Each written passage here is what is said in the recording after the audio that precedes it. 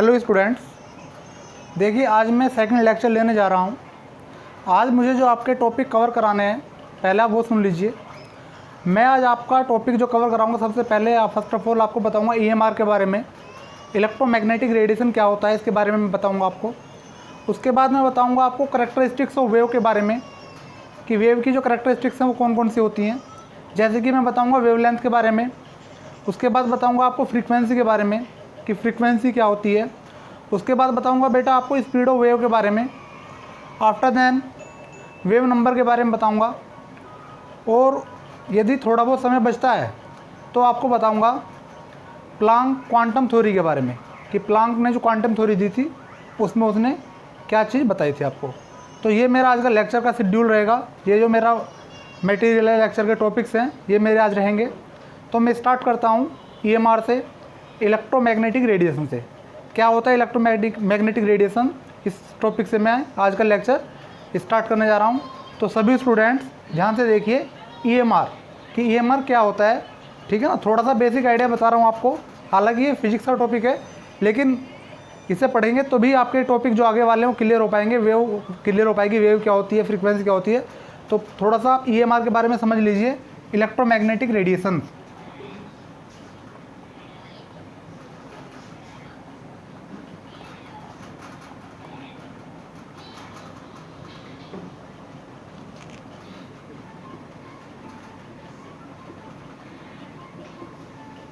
Electromagnetic radiation, जिसको मैं बोल रहा हूँ ईएमआर।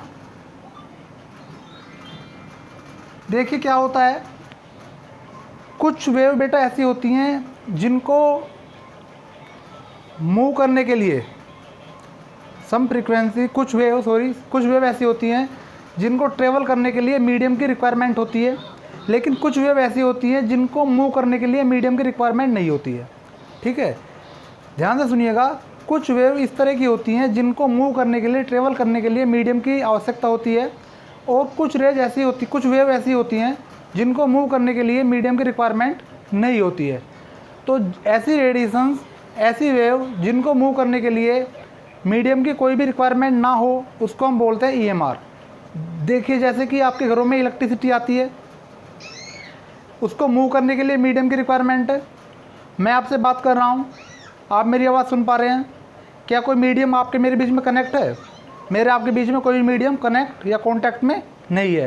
तो ऐसी रेडिएशन, ऐसी वेव जिनको मूव करने के लिए किसी भी मीडियम की ज़रूरत ना हो, उसको मैं बोलता हूँ EMR, electromagnetic radiation.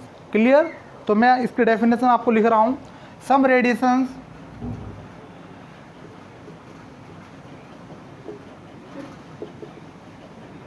Radiations require medium to move,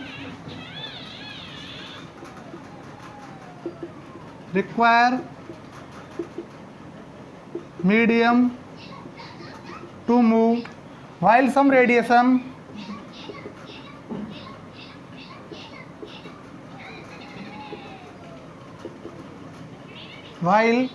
radiations do not require medium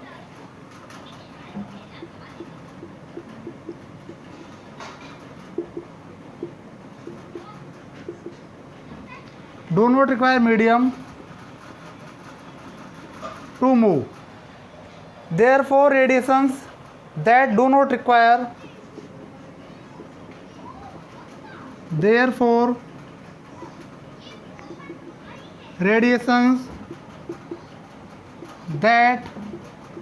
medium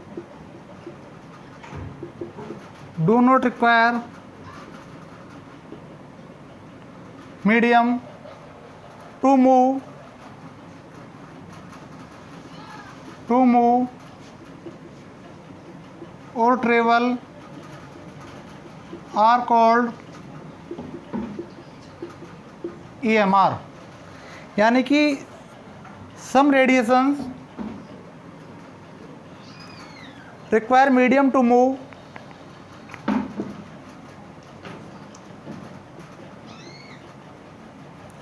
while some radiations do not require medium to move, therefore radiations that do not require medium to move or travel are called EMR।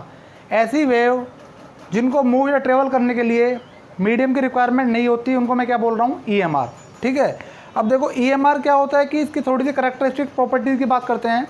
जो EMR है उसमें 2 field work करते हैं। EMR के अंदर 2 field work क्या करते हैं,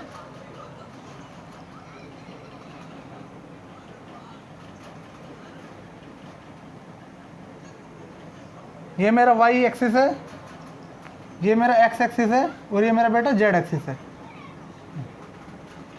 देखो 2 फील्ड इसमें काम क्या करते हैं EMR में।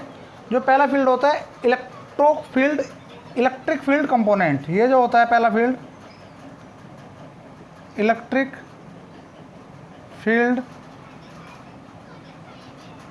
कंपोनेंट, और दूसरा होता है मैग्नेटिक फील्ड कंपोनेंट, ये होता है मेरा मैग्नेटिक फील्ड कंपोनेंट। एक होता है इलेक्ट्रिक फील्ड कंपोनेंट, एक होता है मैग्नेटिक फील्ड कंपोनेंट। और ये जो मेरा होता है Y एक्सिस, जो Y एक्सिस आपको दिख रहा है बेटा, ये होता है direction of propagation, direction of propagation. अब देखिए EMR की बात कर रहा हूँ, EMR क्या रेडिएशन है, एक वेव की तरह मूव करेगा, इस तरह से वेव की तरह मूव करेगा। अब देखो ये X एक्सिस है, ये क्या है Y एक्सिस, ये है Z एक्सिस। X एक्सिस पे क्या है बेटा, इलेक्ट्रिक फील्ड कंपोनेंट है, और Z पे मैग्नेटिक फील्ड, और Y पे डायरेक्शन ऑफ प्रोपगेशन। अब देखो यदि मान लीजिए वेव इलेक्ट्रिक फील्ड कंपोनेंट में मूव करेगा, वेव की फॉर्म में मूव करेगा, तो किस तरह से मूव करेगा, देखो ऊपर नीचे इस तरह से मूव करेगा। ठीक है, ये कौन सा है, ये कौन मूव कर रहा है, it is electric field component, it move along Y axis, it is electric field component, it's move along Y axis. ठीक है ना, ये जो इलेक्ट्रिक फील्ड कंपोनेंट है Y एक्सिस के अलोंग मूव कर रहा है, किस तरह से, जैसे वेव की फॉर्म में, जैसे वेव होती है ना इस तरह जाती है, बताऊंगा अभी आगे, इस तरह से मूव कर रहा है। अभी जो मैग्नेटिक फील्ड कंपोनेंट है, मैग्नेटिक फील्ड कंपोनेंट ये मूव करेगा किसकी में, it is magnetic field component and it move along Z axis. ठीक है, ये किसके मूव करेगा, Z एक्सिस, यानी कि ये क्या है, मैग्नेटिक फील्ड कंपोनेंट। अब ये किस तरह से मूव करेगा, देखो ये मूव करेगा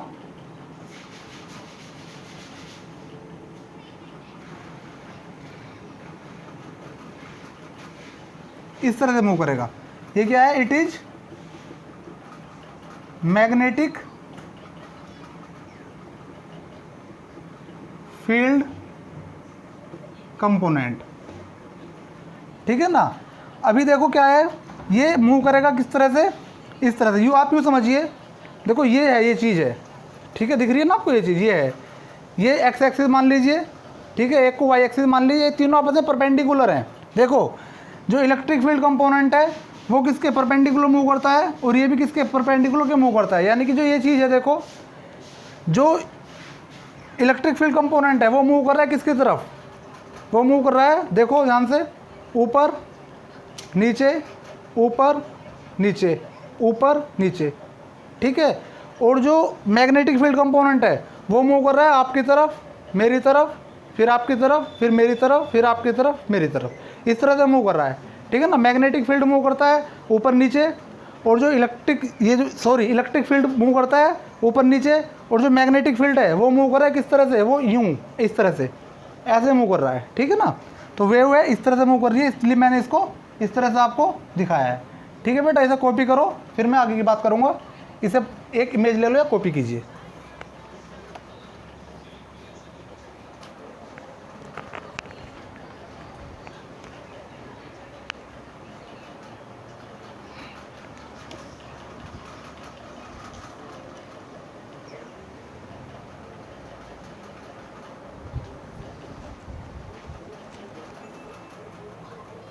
देखिए मैं बात करता हूँ आगे की।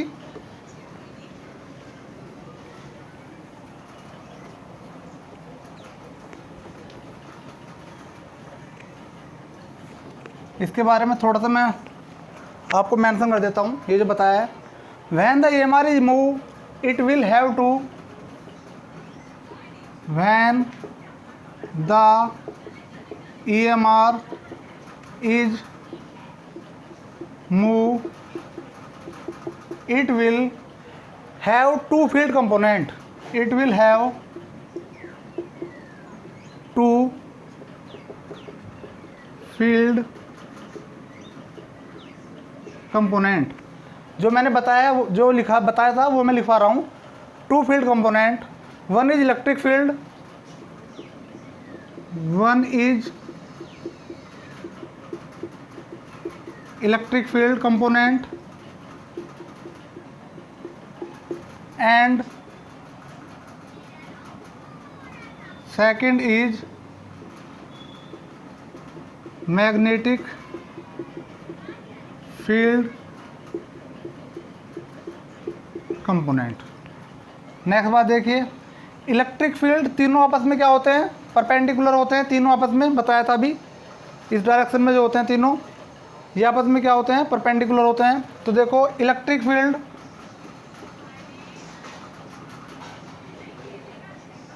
Magnetic field and direction of propagation are mutually perpendicular, are mutually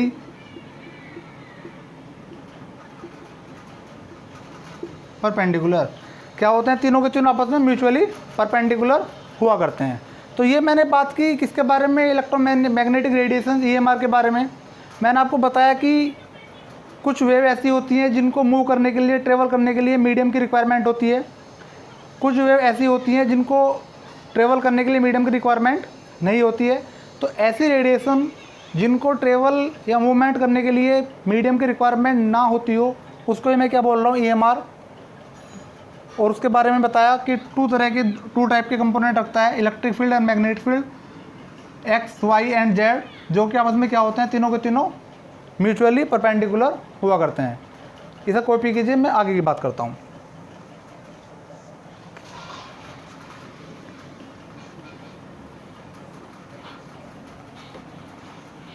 ये थोड़ा सा मैंने आपको बता दिया, इसके बारे में थोड़ा आइडिया जरूरी देना था।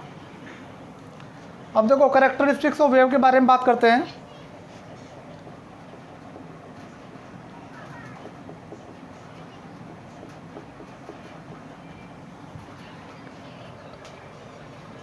Characteristics of wave,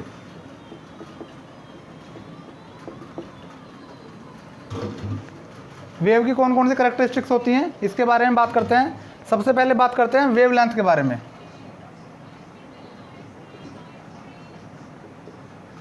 wave length के बारे में सबसे पहले बात करूंगा मैं, किसके बारे में, वेव लेंथ के बारे में। देखो जब वेव लेंथ जो मूव करती है, वेव लेंथ जब मूव करती है तो वो अर्थ और क्रस्ट की फॉर्म में मूव करती है। कोई भी वेव लेंथ, कोई भी वेव लेंथ को बताऊंगा, वेव लेंथ क्या होती है इसके अंदर बता रहा हूँ कि कोई भी वेव जब मूव करती है तो वो अर्थ और क्रस्ट की फॉर्म में वेव मूव क्या करती है, ठीक है ना। इस फॉर्म में क्या करती है, वेव मूव क्या करती है। तो कोई भी वेव है मेरी,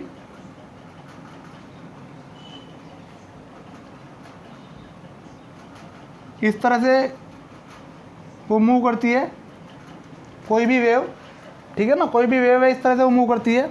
अब देखो ये जो मेरे पीक्स हैं, जो ये मेरे अपर पीक्स हैं, इसके जो बीच की डिस्टेंस को, ये क्या है, मेरे क्रस्ट हैं, देख लीजिए क्रस्ट। और इसको बोलता हूँ मैं क्या बेटा, जो नीचे वाले हैं इसको बोलता हूँ मैं ट्रफ, ठीक है। इसको बोलता हूँ क्रस्ट, ऊपर वाले पीक जो है, नीचे वाले पीक को बोलता हूँ ट्रफ।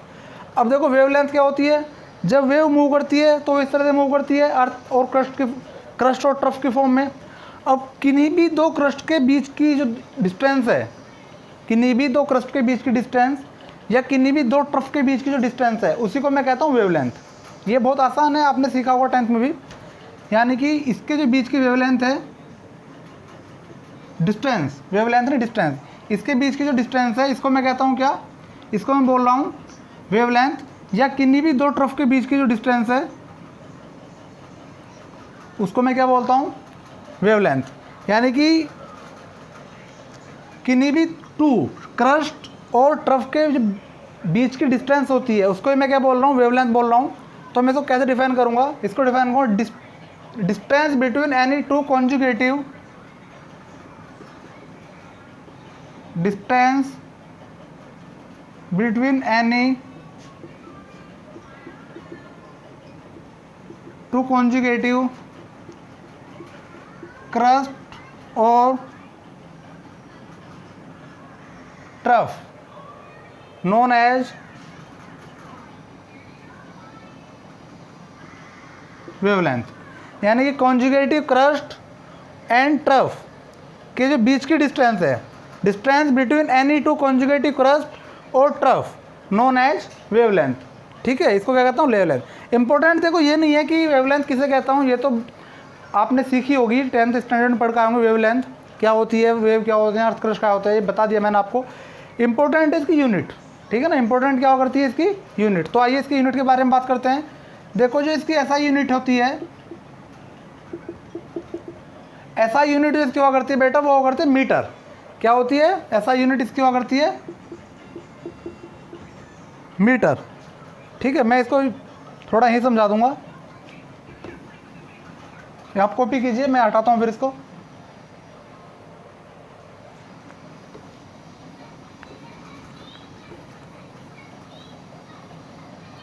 इसकी जो एसआई यूनिट है,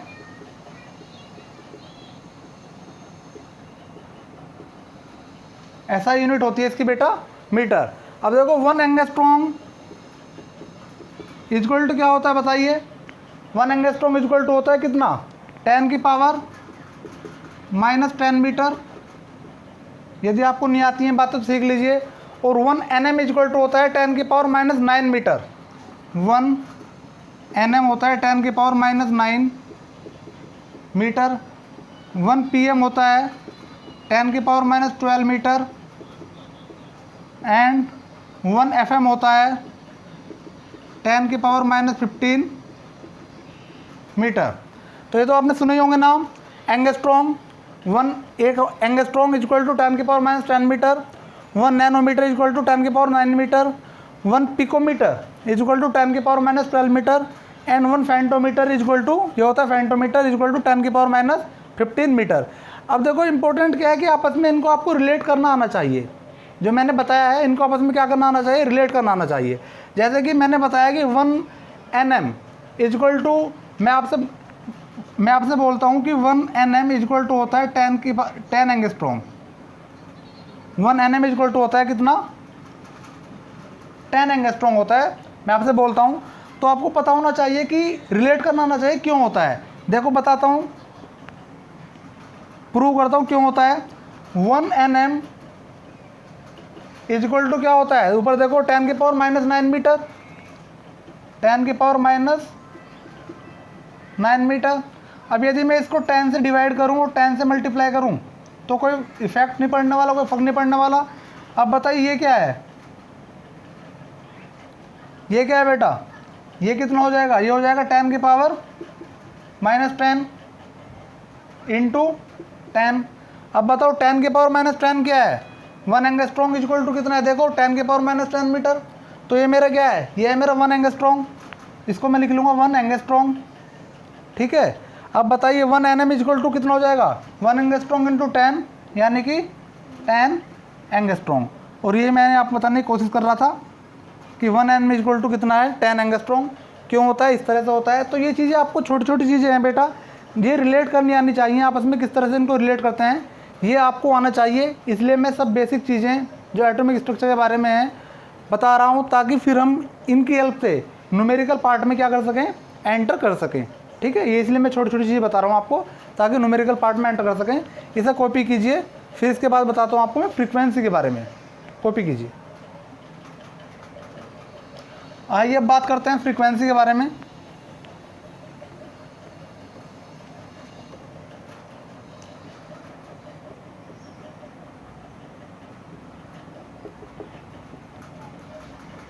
फ्रीक्वेंसी देखिए क्या होती है, बहुत आसान सी चीज़ है। फ्रीक्वेंसी का मतलब है कि जो भी काम पर सेकंड में होता है, पर सेकंड में जो भी काम हो रहा है उसको मैं फ्रीक्वेंसी बोलता हूँ। जैसे कि मान लीजिए फ़ैन होता है, फ़ैन वो 1 सेकंड में कितनी बार मूव करता है, वो फ़ैन की फ्रीक्वेंसी हुई। फ़ैन 1 सेकंड में कितनी बार मूव कर रहा है, वो किसकी फ्रीक्वेंसी होती है, फ़ैन की। अब देखो जो रेन होती है, वर्षा जो होती है, बरसात जो होती है, 1 सेकंड में वाटर की कितनी ड्रॉपलेट्स, 1 सेकंड में वाटर की कितनी ड्रॉपलेट्स गिरती हैं, वो किसकी फ्रीक्वेंसी हुई, वो बरसात की फ्रीक्वेंसी हुई। ठीक है ना, वर्षा की फ्रीक्वेंसी हुई कि 1 सेकंड में कितने ड्रॉपलेट्स नीचे गिरती हैं। तो कहने का मतलब ये है कि 1 सेकंड में जो काम हो रहा है उसी को मैं क्या कह रहा हूँ, फ्रीक्वेंसी। चाहे वो फ़ैन की हो, चाहे वो ड्रॉपलेट्स की हो, जो भी पर सेकंड काम होता है उसको मैं क्या बोलता हूँ, फ्रीक्वेंसी। अब यदि मान लीजिए वेव की मैं बात करूँ, वेव की बात करूँ तो वेव किस तरह से मूव करती है, अभी मैंने बताया था वेव इस तरह से मूव करती है। ठीक है, तो 1 सेकंड के अंदर, 1 सेकंड के अंदर किसी भी पॉइंट से, एक पॉइंट से 1 सेकंड में कितनी वेव पास होती हैं, ध्यान से सुनिएगा। 1 सेकंड में, 1 सेकंड के अंदर किसी पॉइंट से कितनी वेव पास होती हैं, उसी को मैं क्या बोलता हूँ, फ्रीक्वेंसी उसको बोलता हूँ। ठीक है ना, 1 सेकंड, पर सेकंड में एक पॉइंट से कितनी वेव पास होती हैं उसको मैं क्या बोलता हूँ बेटा, उसको मैं फ्रीक्वेंसी बोला करता हूँ। तो आइए इसके बारे में थोड़ा सा हम नोट कर लेते हैं, फ्रीक्वेंसी के बारे में क्या होती है। देखो इसको हम शो करते हैं इससे, इसको क्या कहते हैं, इसको कहते हैं बेटा, यदि आपको पता होगा तो अच्छी बात है, यदि नहीं पता होगा तो मैं बता देता हूँ। इसको कहते हैं न्यू, NU, क्या कहते हैं इसको, न्यू कहते हैं, न्यू, NU। ठीक है ना, इसको मैं फ्रीक्वेंसी को शो करता हूँ न्यू से। अब देखो क्या होता है, number of wave passing, number of wave passing through a point, through a point in 1 second is denoted by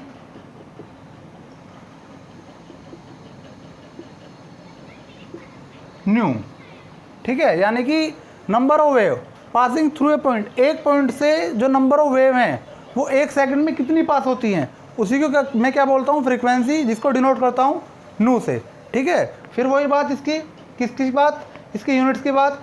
अब बताइए इसकी जो यूनिट्स होती है,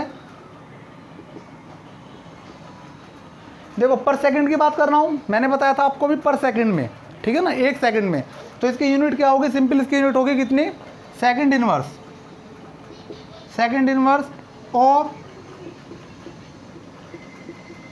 हार्ट्स, HERTZ, हार्ट्स यानी कि HZ, इसकी यूनिट क्या होती है, सेकंड इनवर्स और हार्ट्स। अब देखो जो 1 M हार्ट्स है वो किसके इक्वल होता है, जो 1 मेगा, M का मतलब मेगा, 1 मेगा हार्ट्स जो होता है वो होता है 10 की पावर 6 हार्ट्स के, 10 की पावर 6 हार्ट्स के। ये आपको पता होनी चाहिए, न्यूमेरिकल में हेल्प करेंगी। 1 किलो हार्ट्स 10 की पावर 3 हार्ट्स के। 1 मिली, इसको कहते हैं स्मॉल m को मिली, 1 मिली हार्ट्स जो होता है वो किसके होता है, 10 की पावर -3 हार्ट्स के।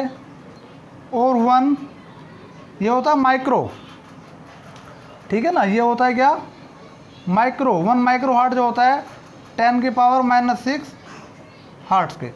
तो ये इसकी मैंने यूनिट की बात करी, फ्रीक्वेंसी की बात की कि पर सेकंड में जो किया गया कार्य है, पर सेकंड में किया गया वर्क। यदि 1 सेकंड में फ़ैन कितनी बार घूमता है वो फ़ैन की फ्रीक्वेंसी हुई। 1 सेकंड में ड्रॉपलेट कितनी गिरती हैं ज़मीन पर, वो बरसात वर्षा की फ्रीक्वेंसी हुई। और 1 सेकंड में एक पॉइंट से कितनी वेव पास होती हैं, वो उसको हम क्या कहते हैं, फ्रीक्वेंसी, जिसको डिनोट करते हैं किससे, नू से डिनोट करते हैं। वो वेव की फ्रीक्वेंसी हुई जिसको डिनोट करते हैं नू से। मैं वेव की फ्रीक्वेंसी बता रहा हूँ, करेक्टरिस्टिक वेव बता रहा हूँ, तो उसको हम नोट करते हैं नू से। और ये सब चीज़ें उसकी यूनिट्स के बारे में हिसाब कॉपी कीजिए, फिर मैं आपको कुछ और बातें बताता हूँ।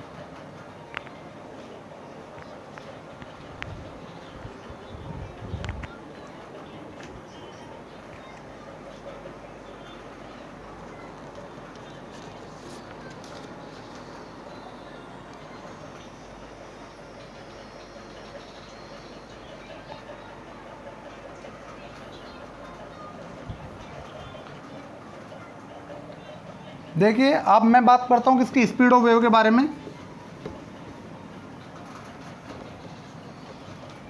मैं बात करता हूँ स्पीड ऑफ वेव के बारे में।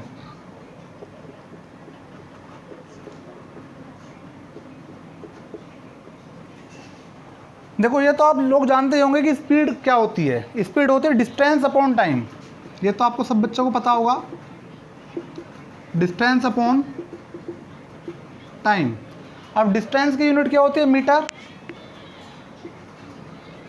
और टाइम की यूनिट होती है सेकंड। तो ये क्या होती है, मीटर सेकंड इनवर्स। ठीक है, ये तो बहुत साधारण चीज़ है, डिस्टेंस अपॉन टाइम किसकी, स्पीड की यूनिट होती है। अब यदि हम बात करूँ किसकी, देखो अभी मैंने आपको बताया था किसके बारे में, वेवलेंथ के बारे में। वेवलेंथ की यूनिट क्या बताई थी आपको, ऐसा यूनिट मीटर, यानी कि वेवलेंथ जो है, वेवलेंथ इसकी जो यूनिट थी वो क्या थी, मीटर। और जो फ्रीक्वेंसी बताई थी अभी, न्यू, इसकी यूनिट क्या बताई थी आपको, पर सेकंड, यानी कि सेकंड इनवर्स। ठीक है, अब देखो यदि इन दोनों को मल्टीप्लाई कर दूं, वेवलेंथ और फ्रीक्वेंसी को क्या कर दूं, मल्टीप्लाई कर दूं, तो मल्टीप्लाई हो क्या आ जाएगा, मल्टीप्लाई होगा जाएगा मेरा मीटर इंटू सेकंड इनवर्स। अब देखो मीटर इंटू सेकंड इनवर्स हो जाएगा। अब मीटर इंटू सेकंड इनवर्स जो है ये क्या है, देखो ये क्या है, speed distance upon time, metre into second inverse, और ये मेरा क्या आ जाएगा, मीटर इंटू सेकंड इनवर्स आ रहा है। तो मैं इस मीटर को क्या लिख सकता हूँ, स्पीड, स्पीड क्या है, मीटर इंटू सेकंड इनवर्स। तो इस चीज़ को मैंने यहाँ लिख लिया। अब एक्चुअल में ये है क्या, मीटर किसकी स्पीड है, मीटर जो यूनिट है किसकी है, वो है बेटा वेवलेंथ की, सेकंड इनवर्स फ्रीक्वेंसी की। तो वेवलेंथ इंटू न्यू को मैंने क्या लिख लिया, मीटर इंटू सेकंड। ठीक है, तो स्पीड जो होती है वो क्या होती है, मान लो वी से मैं डिनोट कर रहा हूँ, तो वी इक्वल टू क्या हो जाएगा, वी इक्वल टू हो जाएगा न्यू इंटू वेवलेंथ, ये हो जाएगा न्यू इंटू वेवलेंथ। और यदि nu into wavelength equal to v है, स्पीड है, तो बताओ न्यू इक्वल टू क्या हो जाएगा, न्यू इक्वल टू हो जाएगा वी अपॉन वेवलेंथ। समझ में आया, वी अपॉन वेवलेंथ। यानी कि स्पीड की यूनिट क्या होती है, डिस्टेंस अपॉन टाइम, सब जानते हैं स्पीड क्या होती है, मीटर अपॉन सेकंड, यानी कि मीटर सेकंड इनवर्स। और मीटर किसकी यूनिट है, वेवलेंथ की, सेकंड इनवर्स किसकी यूनिट है, फ्रीक्वेंसी की। दोनों को मल्टीप्लाई कर दिया, मीटर इंटू सेकंड इनवर्स आ जाएगा स्पीड इक्वल टू, यानी कि वी बराबर, वी इक्वल क्या जाएगा, nu equal to lambda, nu equal to sorry wavelength, nu equal to क्या जाएगा, wavelength, then nu into wavelength equal to V speed, और nu equal to we upon wavelength. ठीक है, तो इसको मैं लिख लूँगा nu equal to we upon wavelength. ठीक है, इसे कॉपी करो, फिर थोड़ा सा इसके बारे में भी बात करता हूँ आगे, जल्दी से कॉपी करो। आइए बात करते हैं,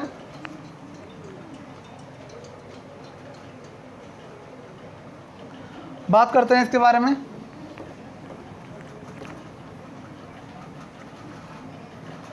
देखो बात कर लेते हैं, क्या हुआ कि न्यू इक्वल टू मेरा आ चुका है कितना, v इक्वल टू वेवलेंथ। ठीक है, अब स्पीड ऑफ वेव, देखो स्पीड ऑफ वेव, अभी मैंने स्पीड, मैं वेव की बात कर रहा हूँ, तो स्पीड किसकी बात करूँगा, वेव की। स्पीड ऑफ वेव क्या होता है, अभी बताया था आपको, frequency new into wavelength lambda, जिससे ये आया फॉर्मूला। ठीक है ना बेटा, ध्यान देना, मैं इससे दोबारा क्यों बता रहा हूँ, रिपीट क्यों कर रहा हूँ, क्योंकि ये फॉर नॉर्मल वेव के लिए है, ये फॉर नॉर्मल वेव के लिए। ठीक है, यदि क्या है, नॉर्मल वेव है। अब देखो जो EMR है बेटा, वो लाइट की स्पीड के साथ मूव करता है, जितनी स्पीड लाइट की होती है उसके इक्वल EMR की स्पीड होती है। तो मैं लिख लेता हूँ EMR मूव, EMR जो होता है वो मूव करता है with speed of light, with speed of light. उसकी स्पीड क्या होती है, c इक्वल टू 3.10 की पावर 8 मीटर पर सेकेंड। ठीक है। जो EMR है with speed of light, move करता है स्पीड ऑफ लाइट। तो यदि मैं मान लीजिए स्पीड ऑफ वेव की बात करूं, स्पीड ऑफ वेव की किसके लिए, फॉर EMR के लिए, किसके लिए बात करो बेटा, फॉर EMR के लिए। तो वो क्या हो जाएगा, वो हो जाएगा, वो भी मेरा क्या हो जाएगा, वो भी मेरा क्या होगा, देखो डिफरेंस बताऊंगा आपको, फ्रीक्वेंसी न्यू इंटू वेवलेंथ हो जाएगा। लेकिन डिफरेंस क्या होगा, डिफरेंस देखो इसमें, देखो अब इसलिए मैं समझा रहा था इसको, इसमें डिफरेंस देखो। यदि मैं लिखता हूं मान लीजिए क्या, nu is equal to we upon wavelength, यदि मैं लिखता हूं बेटा ये nu is equal to we upon wavelength, ये क्या है, वेलोसिटी ऑफ वेव। यहाँ वी क्या का मतलब क्या है, वी का मीनिंग है वेलोसिटी ऑफ वेव। तो ये किसके लिए है, ये बेटा है फॉर नॉर्मल वेव के लिए, फॉर नॉर्मल वेव के लिए। ये क्या है, नॉर्मल वेव के लिए है। अब यदि मान लीजिए मैं लिखता हूँ न्यू इज इक्वल टू, ये न्यू है, nu is equal to c upon wavelength, तो ये किसके लिए है, ये है बेटा फॉर EMR, यानी कि लाइट के लिए। ठीक है, देखो केवल V और C का ही डिफरेंस है। यदि कोई नॉर्मल वेव है तो आप लिखोगे nu is equal to we upon wavelength. यदि लाइट है, EMR की बात कर रहा है। वैसे हम इस चैप्टर के अंदर, जो एटॉमिक स्ट्रक्चर चैप्टर है, इसके अंदर हम हमेशा लाइट की बात करेंगे। यदि वो लाइट की बात नहीं करेगा तो वो दे देगा कि नॉर्मल वेव है, और यदि ना दे तो हम अपना आप समझ जाएंगे कि वो किसकी बात कर रहा है, वो